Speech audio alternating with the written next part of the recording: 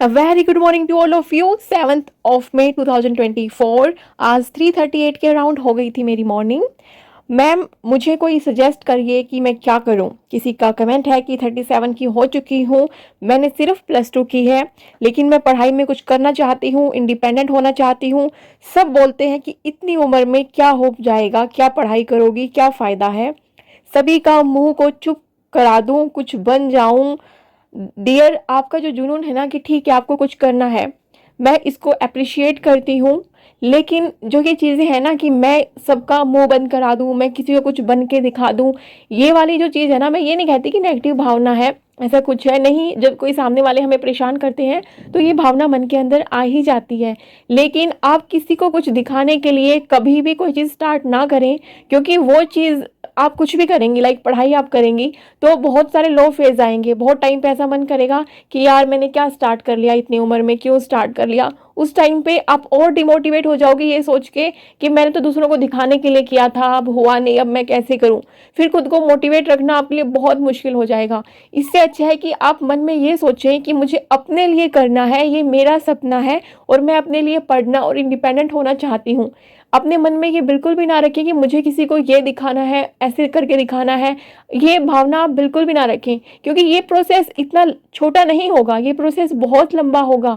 आपने +2 किया है, आप उसके बेस पे फॉर्म भर सकती हैं। मुझे +2 बेस पे इतने फॉर्म सीरियसली में पता नहीं है, लेकिन आजकल इंटरनेट का ज़माना है, आप वहाँ से पता कर सकती हैं। लेकिन अगर आपको ग्रेजुएशन करनी है तो आप सिंपल BA कर सकती हैं, यानी कि ह्यूमैनिटीज़ में आप अपनी ग्रेजुएशन कर सकती हैं। आपको टीचिंग लाइन में जाना है तो आप MA M.Ed कर सकती हैं। आपको फिर ना ग्रेजुएशन के बाद में बहुत सारी लाइनें आपके लिए ओपन हो जाती हैं जो आप करना चाहते हो।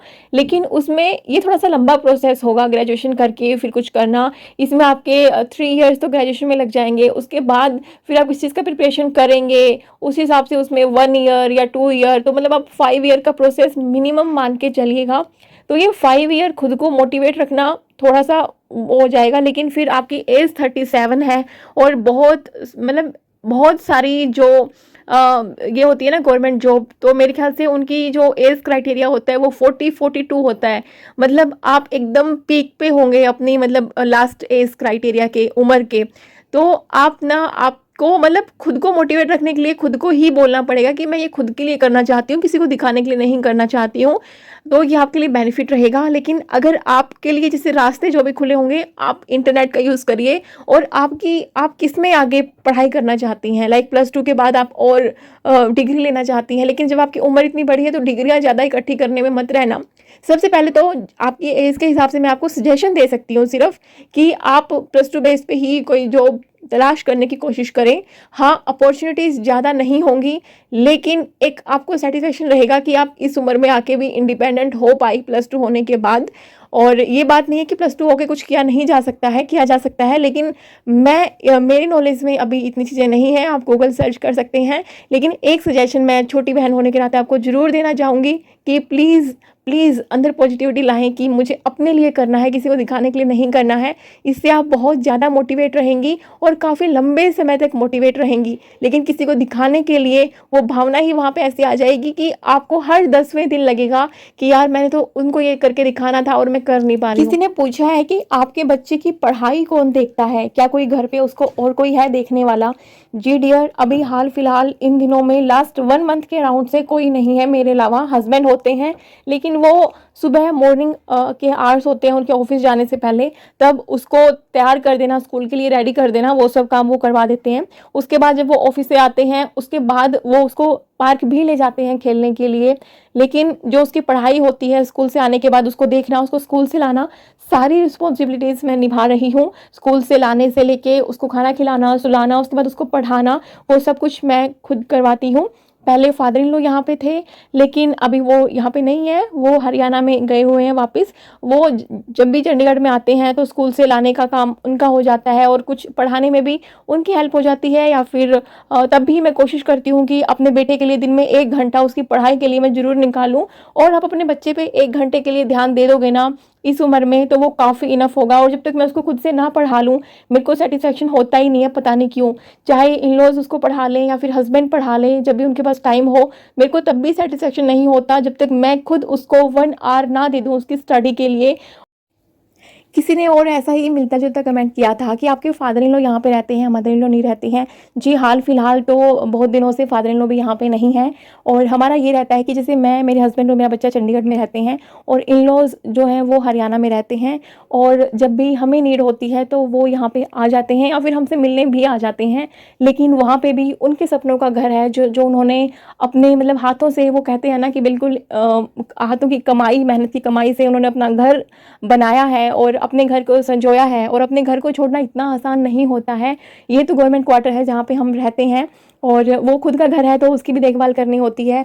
बहुत सारी चीज़ें होती हैं जो देखनी पड़ती हैं, इसलिए मोस्टली मदर इन लॉ वहाँ पे रहती हैं, लेकिन बीच बीच में हमसे मिलने आते हैं। जब उनको नीड होती है तो हम वहाँ चले जाते हैं, लेकिन परमानेंट वो हमारे साथ अभी नहीं रहते हैं। और फादर इन लॉ ज़्यादा यहाँ पे इसलिए आते थे, उसके बहुत सारे रीज़न हैं। सबसे पहला कारण तो है कि जो मेरा बेटा है वो अपने दादा से ज़्यादा अटैच है और दूसरी चीज़, उनका जो, मेरे बेटे का जो लेवल है, एनर्जी लेवल, यानी हर बच्चे का जो होता है ना कि खेलने के लिए, वो उनकी दादी कहीं न कहीं मीट नहीं कर पाती। दादू वो मीट कर पाते हैं, उनको बाहर लेके जाना, उनके हिसाब से खेलना। आप समझ सकते हो ना, क्योंकि मतलब मदर इन लॉ को थोड़ा-सा प्रॉब्लम भी है कि सर्वाइकल है, बैक पेन रहता है। तो जो मतलब बच्चे की खुशी के लिए और फिर दोनों का आने से ना, फिर वहाँ पे घर पे भी कोई रहना ज़रूरी होता है जो घर की देखभाल थोड़ा-सा कर सके। तो उन दोनों के अलावा और कोई नहीं है घर पे घर की देखभाल करने वाला। और सिटीज़ में आपको पता है कि आप मतलब कितने ही प्रिकॉशन कर लो, लेकिन थोड़ा-सा सिक्योरिटी पर्पज़ से, मतलब आजकल तो गाँव में भी ऐसा हो गया है कि यार अपने घर की संभाल के लिए आप घर को ज़्यादा दिनों तक ऐसे खाली नहीं छोड़ सकते हैं। तो आप समझ सकते हैं मेरी बात को। और एक और रीज़न है इसका कि जो मदर इन लॉ है उनको ट्रैवलिंग में भी थोड़ा-सा इश्यू रहता है, इसलिए वो ज़्यादातर मतलब हर महीने ट्रैवल भी नहीं कर सकती हैं। फादर इन लॉ का तो ये रहता है कि जब भी मतलब उनको मिलने का मन करता है या फिर हमें कोई नीड होती है तो वो हर मंथ भी अप डाउन कर लेते हैं। लेकिन मदर इन लॉ को थोड़ा-सा ट्रैवलिंग इश्यू भी है। लेकिन हाँ, जब भी उनको नीड होती है हम वहाँ पे जाते हैं, जब हमें नीड होती है या उनका मिलने का मन करता है तो वो यहाँ पे आ जाते हैं। अभी जब मेरे बेटे का बर्थडे होगा जुलाई में, तो तब आपको मदर इन लॉ ज़रूर यहाँ पे देखने को मिलेंगी। एक आप बहुत सवाल करते हैं कि रेड पेन से आप क्या लिखती हैं? मैं राम नाम लिखती हूँ। फिर आप लोगों का क्वेश्चन आता है कि आप राम नाम क्यों लिखते हैं? बस ऐसे ही भगवान जी को याद करने के लिए, यार उन्होंने इतना सब कुछ दिया है और मुझे एक पॉजिटिविटी आती है कि ठीक है, मैं उनके नाम ले पा रही हूँ। अपने भगवान जी के नाम लेने का अपना-अपना सबका ज़रिया हो सकता है। मैं ज़्यादा दिया-बाती इन चीज़ों में विश्वास नहीं करती हूँ। मेरे घर में छोटा-सा मंदिर है, बेटा और हस्बैंड डेली दिया-बाती करते हैं। मेरे को ये रहता है कि उनके साथ कर लेती हूँ, कभी-कभी मन किया तो मैं खुद से कर लेती हूँ। लेकिन मेरे को ये रहता है कि बस दिल साफ रखना चाहिए, बाकी भगवान जी को आप किसी भी रूप में कैसे याद कर लो, बस उनको याद कर लो, क्योंकि ये जीवन उनका दिया हुआ है। तो बस मेरा याद करने का वो ज़रिया है। फिर किसी का कमेंट आता है कि ये जो राम नाम की बुक है आपको किसने दी? तो ये मेरी एक फ्रेंड ने दी थी। और फिर किसी का कमेंट आता है कि आप इसका करोगे क्या जब ये पूरा भर जाएगी? तो मैं ये फ्रेंड को वापस कर दूँगी और वो मंदिर में इनको बुक को दे देंगे। तो बस यही है इसका राम नाम का, कि मुझे ना विश्वास है अपने भगवान पे और वो विश्वास के नाते मैं उनको याद करती हूँ। बहुत पॉजिटिविटी आती है मेरे मन में। जो आप ये कहते हो ना कि आप कैसे इतना पॉजिटिव रहते हो? तो कहीं न कहीं एक ज़रिया ये भी हो सकता है कि मुझे उन पे इतना विश्वास है। मुझे हमेशा ये लगता है, पता नहीं आप इसको ओवर कॉन्फिडेंस कह सकते हैं या फिर मेरा उन पे विश्वास कह सकते हैं, कि उन्होंने कभी भी मेरी मेहनत को ज़ाया नहीं जाने दिया, कभी भी नहीं। मुझे टाइम लगा, लेकिन जितना मैंने किया मुझे उसका डबल ट्रिपल करके भगवान जी ने मुझे वापस रिटर्न किया है। तो मुझे उन पे इतना विश्वास है और इसलिए मुझे फेलियर से डर नहीं लगता। मुझे हमेशा ये लगता है कि मैं किसी चीज़ के लिए मेहनत करूँगी, मुझे वो चीज़ ना मिलेगी तो मेरे भगवान जी मुझे उससे बेटर देंगे। और हमेशा ऐसा हुआ है कि मैंने मेहनत की है और जब मैंने इंतज़ार किया है तो जो मैंने चाहा था मैंने उससे भी अच्छा पाया है।